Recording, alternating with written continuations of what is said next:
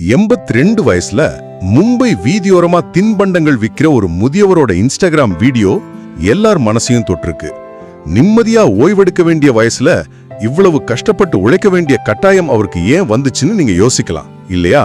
முதலாவதாக அவர் சந்திச்ச வேலை இழப்பும் அதிலிருந்து மீண்டு வந்த விதமும். கோவிட் டைம்ல தன்னோட சேலைக்கடை வேலைய மன்சு காக்கா இழந்துட்டாரு. அவரை பார்த்துக்க அவரோட மகனும் தன்னோட வேலையை விட வேண்டியதாயிடுச்சு. ஆனா அந்த நோய் பாதிப்பிலிருந்து மீண்டு வந்து வீட்டின் அருகிலேயே ஒரு சின்ன கடைய அவர் ஆரம்பிச்சாரு. வாழ்க்கை நம்மள கீழே தள்ளும் போது அப்படியே முடங்கிடாம ஃபீனிக்ஸ் பறவை மாதிரி புதுசா உன்னை தொடங்குறதுக்கு இது ஒரு சிறந்த உதாரணம்.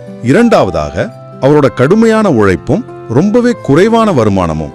அவரோட சகோதரி வீட்டிலேயே செஞ்சு கொடுக்கிற காக்ரா, சக்லீன் கிட்டத்தட்ட 20 வகையான தின்பண்டங்களை அழகா அடுக்கி வச்சு தினமும் 12 மணி நேரம் வியாபாரத்துக்காக காத்திருக்கிறாரு. ஆனா இவ்வளவு கடினமா உழைச்சும் அவருக்கு ஒரு நாளைக்கு கிடைக்கிறது சுமார் 300 ரூபாய் தான்.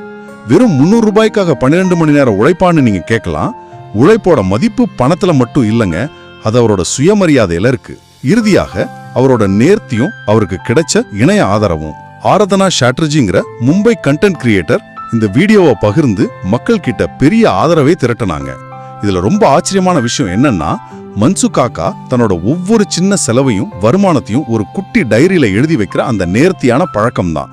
எப்பேற்பட்ட கடினமான சூழ்நிலையா இருந்தாலும் சரி, தன்மானத்தோடும் விடாமுயற்சியோடும் வாழ்றதுக்கு 82 வயசான மன்சு காக்காவோட வாழ்க்கை கண்டிப்பா ஒரு மிகச்சிறந்த உதாரணம்.